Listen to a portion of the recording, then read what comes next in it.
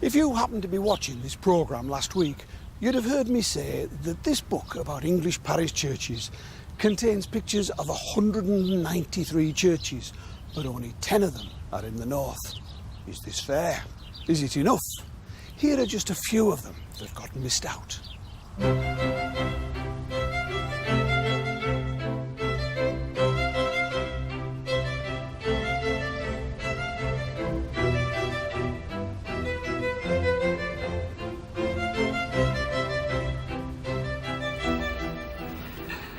To be honest, I don't mind which church I'm in. I find them all fascinating. I pick one at random and there's always so much to look at in it. This one's got super architecture, tremendous arches, low and heavy, and it's got wonderful old roofs as well. It has some very interesting stained glass too, some medieval bits and pieces and the occasional vivid Victorian window. It's got some oddities too. The way the church clock pendulum hangs free like that is very unusual. You can tell, I'm sure, that churches have been a tremendous source of joy for me. For example, I once had the immense pleasure of seeing a vicar fall out of the pulpit. He was a fiery preacher, he used to wave his arms around a lot, but he was also a tiny little man who had to stand on a box so that he was visible over the edge of the pulpit. And unfortunately, for him, not for me because I loved it, in mid-floor he stepped backwards off the box and fell right down the stairs, disappeared entirely. Mind, he was made of good stuff, that vicar, because he was preaching again before he was visible. I'll tell you another thing about churches. I often do naughty things in them when I'm on my own. I sneak into the vestry and look at the vases, and I see if there's any pictures of the church before it was restored. And if it's not locked, I have been known to have sneaky goes on the organ.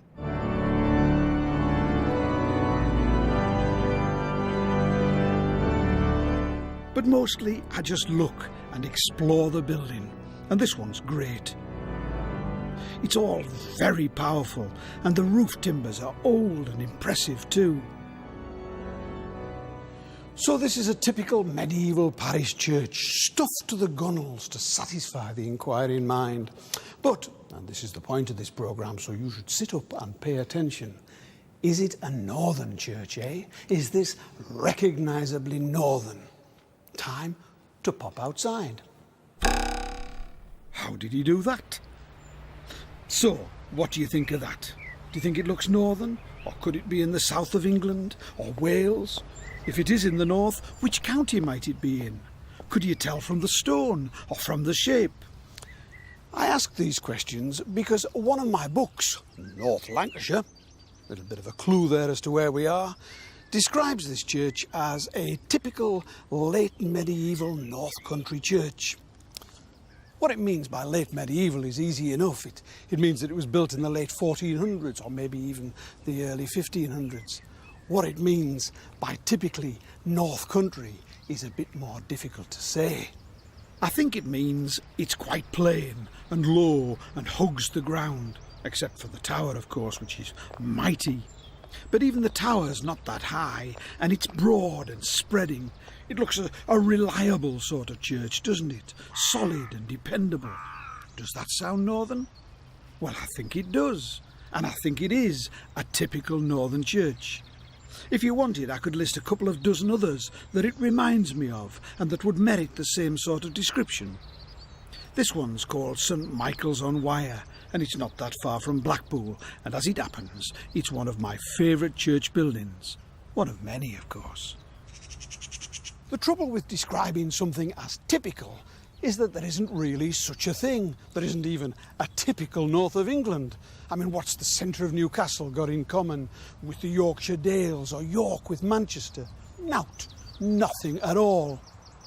But what you can say about northern churches is that there are things up here which you'd be pushed to see anywhere else. Things that the north is good at, things that it's worth making a special journey up north in order to see.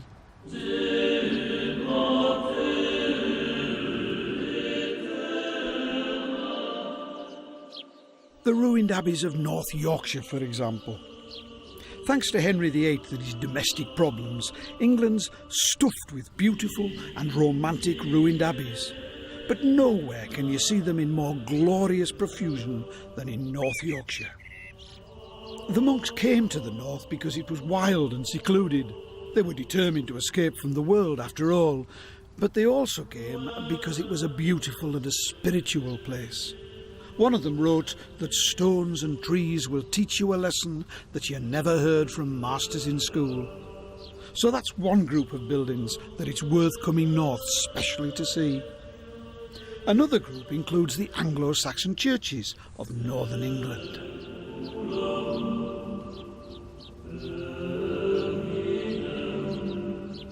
The north, and especially the north-east from the Scottish border down into North Yorkshire, is amazingly rich in churchy stuff from Anglo-Saxon times.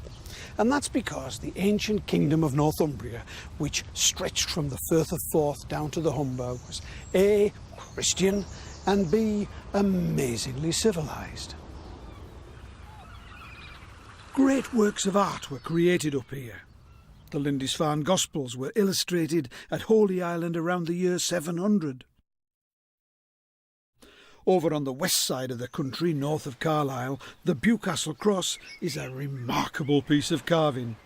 In fact, one of my meanie about the North architecture books even goes further and says there is nothing so perfect and of a comparable date in the whole of Europe.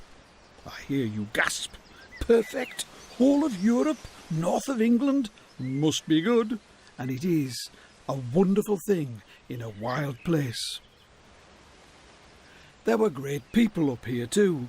The Venerable Bede, to name but one, spent the whole of his life at the monasteries of Jarrow and Sunderland, which were founded in the year 685 AD, and of which large and atmospheric chunks survive, the oldest post-Roman stone buildings in the country, containing a few fragments, incidentally, of Europe's oldest surviving window glass.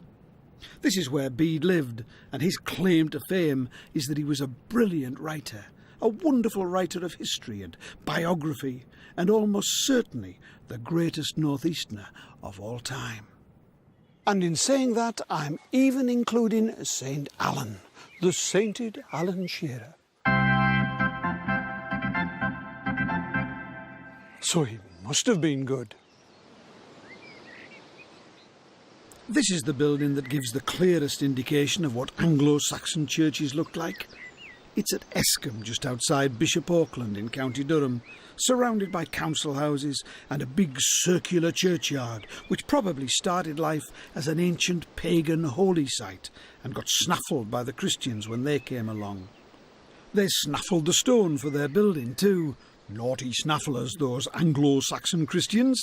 They pinched it from a Roman fort just a couple of miles down the valley, and this is what they built. A relatively unaltered Anglo-Saxon building that stood here for about 1400 years.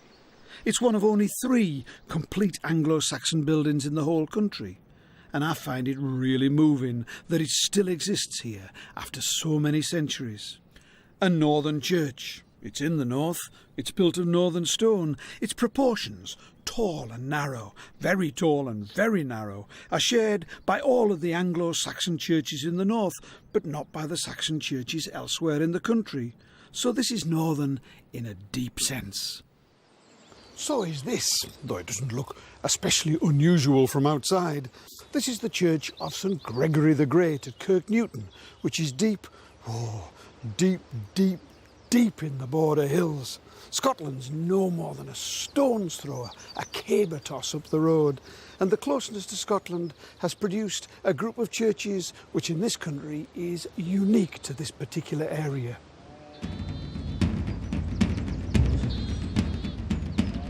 What you need to know is that for 300 years there was a war going on between Scotland and England. Not 30 minutes or 3 years, but 300 years. It ebbed and flowed a bit, naturally enough. There were better times and worse times, but on and off for 300 years the extreme north of the country was dangerous, and dangerous times need special solutions. And as you'll see in other programmes in this series, the extreme north became, in a sense, the castle capital of Britain. Anybody who could afford it built themselves a home which could be defended. And even God, it seems, wasn't safe, and his house needed to be protected too.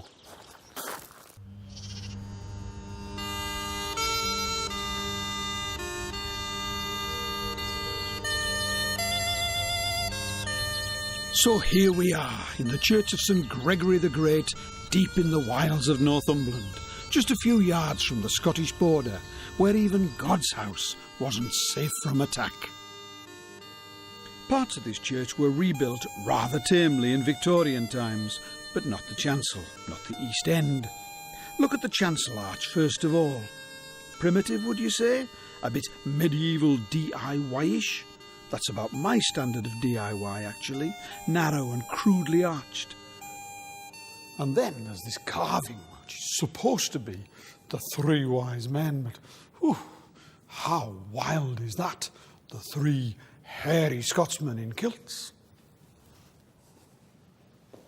And that leads us into the chancel itself, which is more like being in a dungeon than in a church. Stone vaulted roofs like these are common in the north. I've seen dozens, maybe hundreds of them, just as low and rough as this. But usually they're found in the basement of castles, not in churches. And yet this was supposed to be the holiest part of the church. But of course the point was to make this as much like a castle as possible.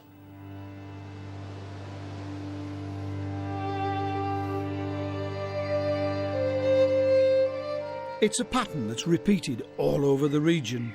Churches with powerful stone roofs, arched and vaulted like castles.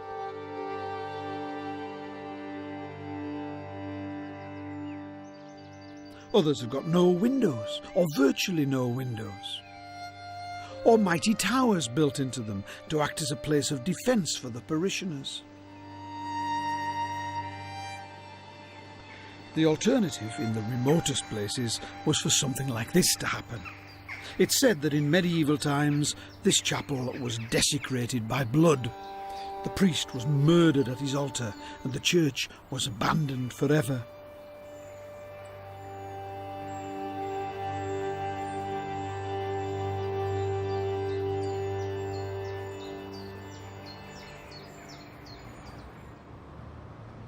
All over the country there were thousands of new churches built in the 19th century as the population rose and towns grew bigger. And Lancashire, because its towns were growing so fast, built more new churches than most other places. It also somehow built stranger and more innovative churches. This one springs to mind. This is in Toxteth, part of Liverpool, and as you can see superficially, at first glance, it looks a fairly ordinary Gothic-y sort of building, except that it's an unusual pink and reddish-brown in colour. The reddish-brown bits are straightforward, they're made of brick. Lots of brick churches, there's nothing very innovative in that. But the pink stuff, well, now that's cast iron, and that is odd. Everything pink is made of cast iron. This plinth is made of cast iron. I know it looks like painted stone, but it's not. These are cast iron plates. All of the windows are made of cast iron, and the pinnacles, the frilly bits along the top, all cast iron. Very bizarre, but very successful.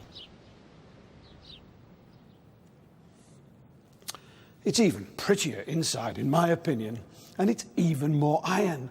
The piers are iron, the roof's iron, it's all iron.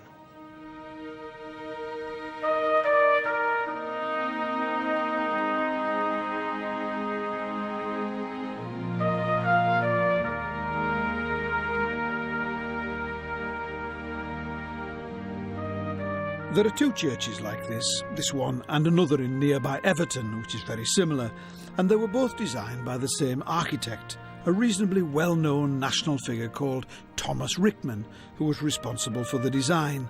This was his style. There was a very similar church by him in Carlisle when I was little. Demolished now, but the same style as this, but not made of iron, of course. It's the use of iron that makes it seem extraordinary.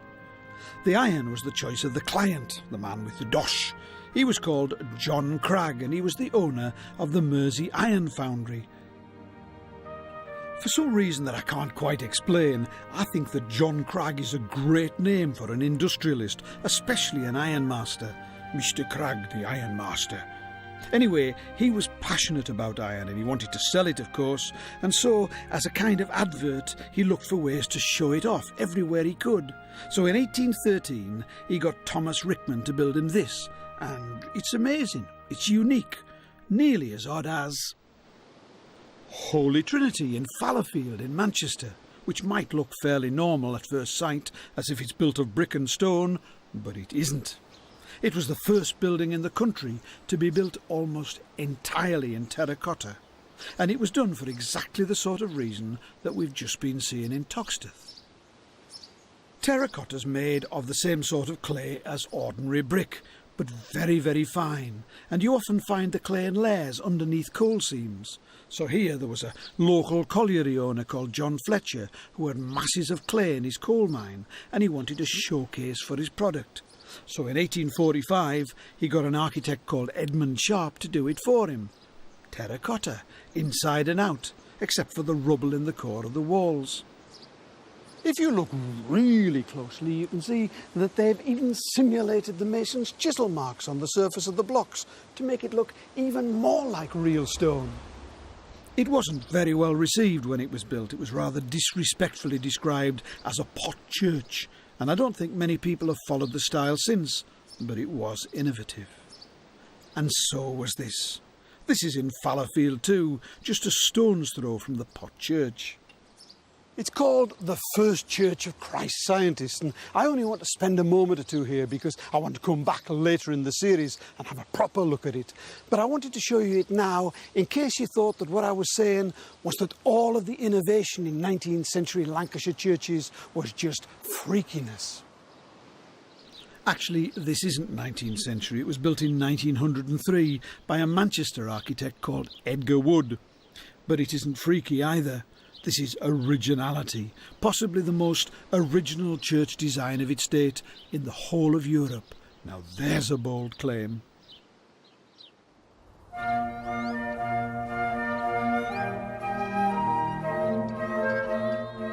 And finally, as they say, time to lift mine eyes unto the hills, to one last distinct group of churches that you'd have to come north to see. They're found in the hills, and mainly, though not quite exclusively, in the Lake District, land of my mother and all of my aunties and uncles, a stomping ground of my youth. This is my favourite country, so you can imagine that you're not going to get much cool, critical analysis here. You're going to get biased enthusiasm.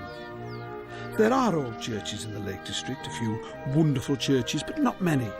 Most of this area was very wild and very remote in the Middle Ages, and it wasn't until the 16th century that the population began to rise as sheep farming became more profitable and miners came to dig for the mineral wealth that was being discovered in the hills. Now, you know what sheep farmers and miners like to do best of all when they've got a bit of spare time? They like to go to church, of course. What on earth were you thinking of, you nasty, cynical beast? So wherever settlements sprang up, so did churches. I'm not talking about big churches. I'm talking about Dale's chapels. Tiny little chapels deep in the hills. Not very old, not at all fancy, like this one at Mungrisdale near Keswick, which dates from 1756. There aren't loads of Dale's chapels, 15 or 16 that I can think of, but they're all more or less like this. Simple little boxes, often whitewashed. No tower, unless one was added later. Not very churchy windows. This one's actually a little bit posher than some in having arched windows. Usually they're just ordinary house-style windows, and often they're very sweet inside.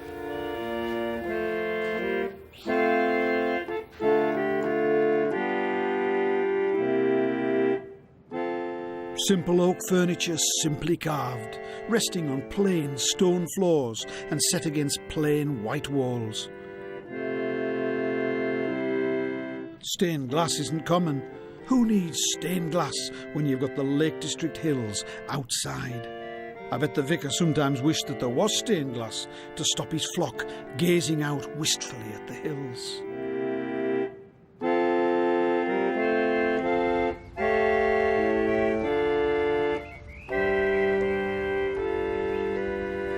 Of course, it's impossible to generalise about what a northern church is supposed to look like. The north's far too varied and complicated for that. I think that words like solid and plain, simple and strong fit the bill quite often, but even when they don't, I hope that we've seen enough to show that the North's churches can be as good as the best, and certainly worth more than 10 measly photographs in anybody's book of architecture.